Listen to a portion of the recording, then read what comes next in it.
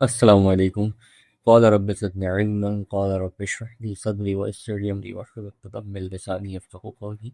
आज का केस अपनी नौइयत का एक मुनफ़रिद केस है जो कि पावरफुल पावरफुल अथॉरिटीज़ के एम्प्लॉइज़ और डिपार्टमेंट के दरमियान है। अक्सर ऐसा होता है कि एम्प्लॉई छुट्टी कर लेता है या कोई ग्रज होता है, पर्सनल ग्रजेस होते हैं जिसकी वजह से डिपार्टमेंट में कुछ माफिया होता है या कुछ ऐसे लोग होते हैं जो आपकी नौकरी के पीछे पड़ जाते हैं।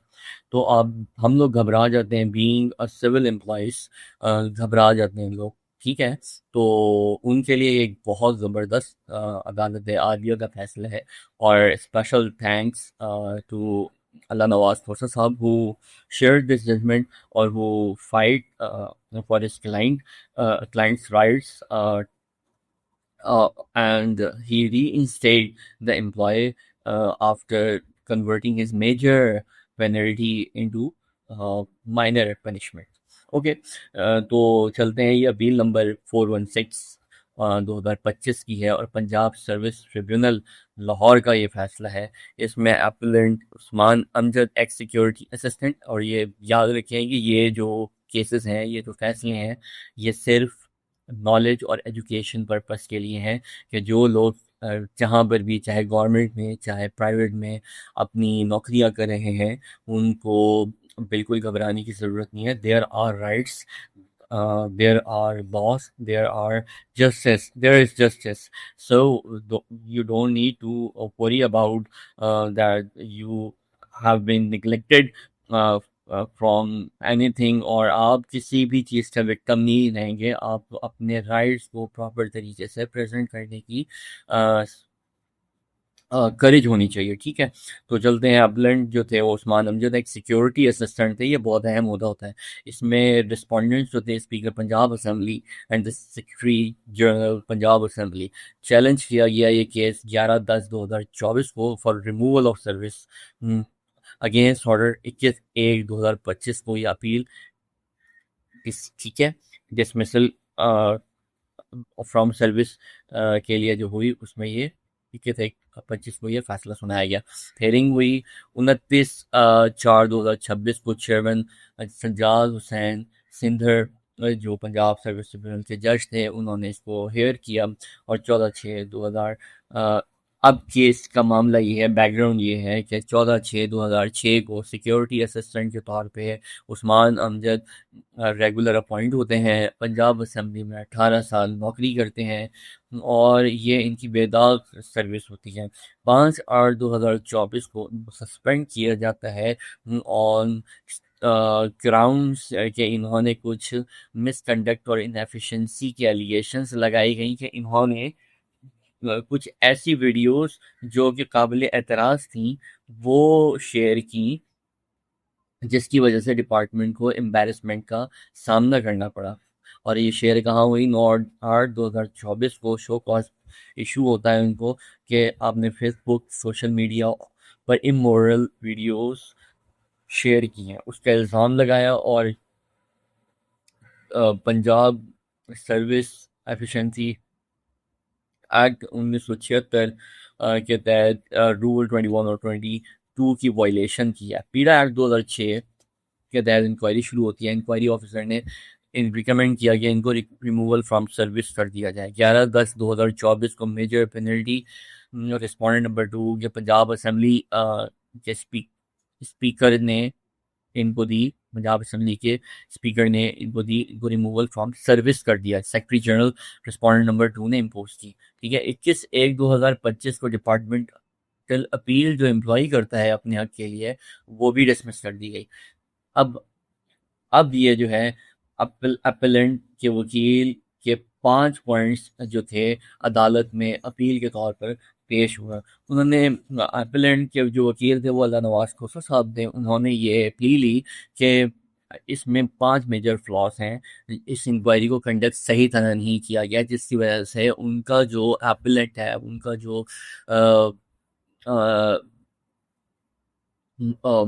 उनका जो उनका जो मुद्दई है, उनका जो क्लाइंट है, और उस वो जो है उसकी ये फेवर में है ये पॉइंट कि इन वीडियोस का कोई फॉरेंसिक एग्जामिनेशन नहीं करवाया गया, वीडियोस एप्लेंट के डिवाइस से ही आई, ये प्रूव नहीं किया गया, स्क्रीनशॉट्स या ओरिजिनल रिकॉर्ड कभी कन्फ्रंट नहीं किया गया, एप्लेंट को अपने डिफेंस देने का मौका ही नहीं मिला, कोई विटनेस प्रोड्यूस नहीं हुआ, क्रॉस एग्जामिनेशन नहीं हुई, मोबाइल फ़ोन अनलॉक रहता था, जिस अभी वो बीमार थे जिसकी वजह से अब मोबाइल अनलॉक था, तो ये सवाल ही पैदा नहीं हो सकता कि किसी दूसरे ने उनके मोबाइल से कर दी हो। 18 साल की क्लीन सर्विस, कोई करप्शन या मॉरल टर्पिट्यूड नहीं, पेनल्टी बहुत ज़्यादा हार्श और डिस प्रोपोर्शनेट है, ठीक है, डिसप्रोपोर्शनेट है, राइट। एंड डिस्ट्रिक्ट अटॉर्नी का जवाब ये आया कि एप्लेंट का कंडक्ट सिविल सर्वेंट के लिए अनबिकमिंग था, डिपार्टमेंट को एम्बैरेसमेंट हुई, इसलिए मेजर पेनल्टी इम्पोज करना जस्टिफाइड है। ये स्पीकर असेंबली के जो वकील थे डिस्ट्रिक्ट अटॉर्नी, उन्होंने जवाब दिया। किनके किनके रिप्लाई में, किन एपेलेंट के वकील के ऑब्जेक्शंस के रिप्लाई में।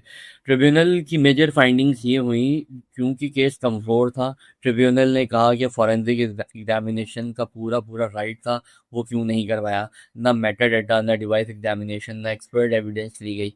सुप्रीम कोर्ट के precedent 2021 S C M R 1077 और 2022 PLCCS 474 के तहत फॉरेंसिक एग्जामिनेशन ज़रूरी है। ये बहुत इंपॉर्टेंट जजमेंट है।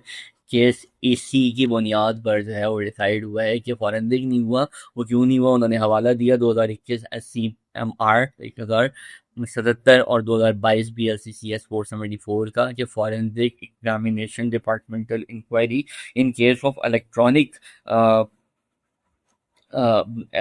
ऑब्जेक्शंस और इलेक्ट्रॉनिक मटेरियल को जस्टिफाइड करने के लिए फॉरेंसिक बहुत ज़रूरी था। आर्टिकल 10(1) को अच्छी तरह एक्सरसाइज नहीं किया गया, क्योंकि उनको राइट ही नहीं दिया गया अपने आप को डिफेंड करने का, क्लाइंट को, ठीक है, एपेलेंट को। शो कॉज नोटिस वेग दिया गया, जिसमें पूरी एग्जैक्ट डेट्स, पोस्ट का URL स्पेसिफाई ही नहीं किया गया, और इसका उन्होंने SCMR 2024-80 का स्टैंडर्ड केस जो फैसला हुआ उसका रेफरेंस दिया।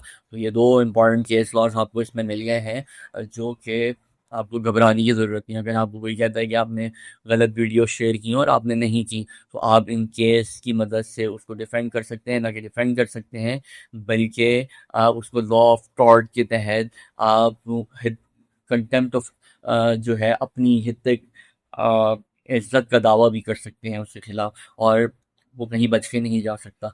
लेकिन कोर्ट ने ये भी कहा कि सेंसिटिव इंस्टीट्यूशन है इस पंजाब असेंबली, उनके एम्प्लॉयज़ को केयरफुल रहने की ज़रूरत थी, और डिपार्टमेंट का एम्बैरेसमेंट का कंसर्न जेन्युइन है, क्यों कुछ नेग्लिजेंस को बिल्कुल रूल आउट नहीं किया जा सकता, इसलिए फाइनल वर्डिक्ट जो आया वो अपील एक्सेप्ट कर ली गई, लेकिन पार्टली। और 6 फैक्टर्स जो डिसीजन की बुनियाद बने वो ये थे कि फॉरेंसिक एविडेंस नहीं थी, विटनेस नहीं आए, कोई गवाह मौजूद नहीं था, वेग नोटिस था, URL नहीं था, एग्जैक्ट डेट्स नहीं थी, फेयर हियरिंग को डिनायल कर दिया गया, 18 साल की सर्विस जो उसने दी, जो बेदाग मासी था, टर्पिडेटेड जो थी उसकी सर्विस, उसको निगलेक्ट कर दिया, इग्नोर कर दिया गया, और प्रोपोर्शनलिटी का प्रिंसिपल जो है वो मद्देनजर नहीं रखा गया।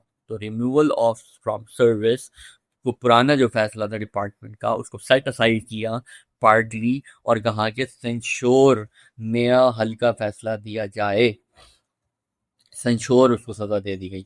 एब्लेंट रीइंस्टेट होगा, सर्विस में वापस आएगा, बीच के पीरियड को leave of the kind you treat कर दें, LFP कर दें, लीव फुल पेमेंट कर दें, लीव हाफ पे कर दें, LHP कर दें, ठीक है, उसको मेजर आप पेनल्टी नहीं दे सकते, आप उसकी EOL नहीं कर सकते, ठीक है, आप जो है उसको सेंश्योर करेंगे, उसकी जो LFP या उसकी कैजुअल लीव्स करके जिस पीरियड में वो एब्सेंट रहा, वैसे तो कैजुअल लीव 20 होती हैं, लेकिन अगर वो ज़्यादा पीरियड है तो उसको LFP, और अगर उसके बैलेंस पर लीव नहीं है तो उसको LHP करके हम कन्वर्ट करेंगे, और उसको नौकरी पे बहाल कर दिया गया।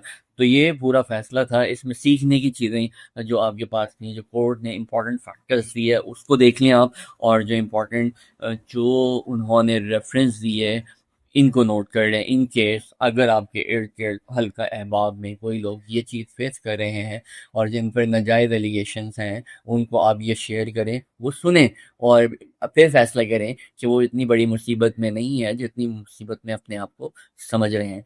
अगर आपको वीडियो अच्छी लगी है तो आप इसको लाइक भी कर दें, शेयर भी कर दें अपने लोगों के साथ जो लोग इन चीज़ों को फेस करें और जो लोग सरकारी जॉब्स करें, और न सिर्फ सरकारी बल्कि प्राइवेट जॉब करें उनके लिए भी ये फैक्टर है। तो मिलते हैं अब नेक्स्ट वीडियो में, अपना ख्याल रखिए। अस्सलाम वालेकुम।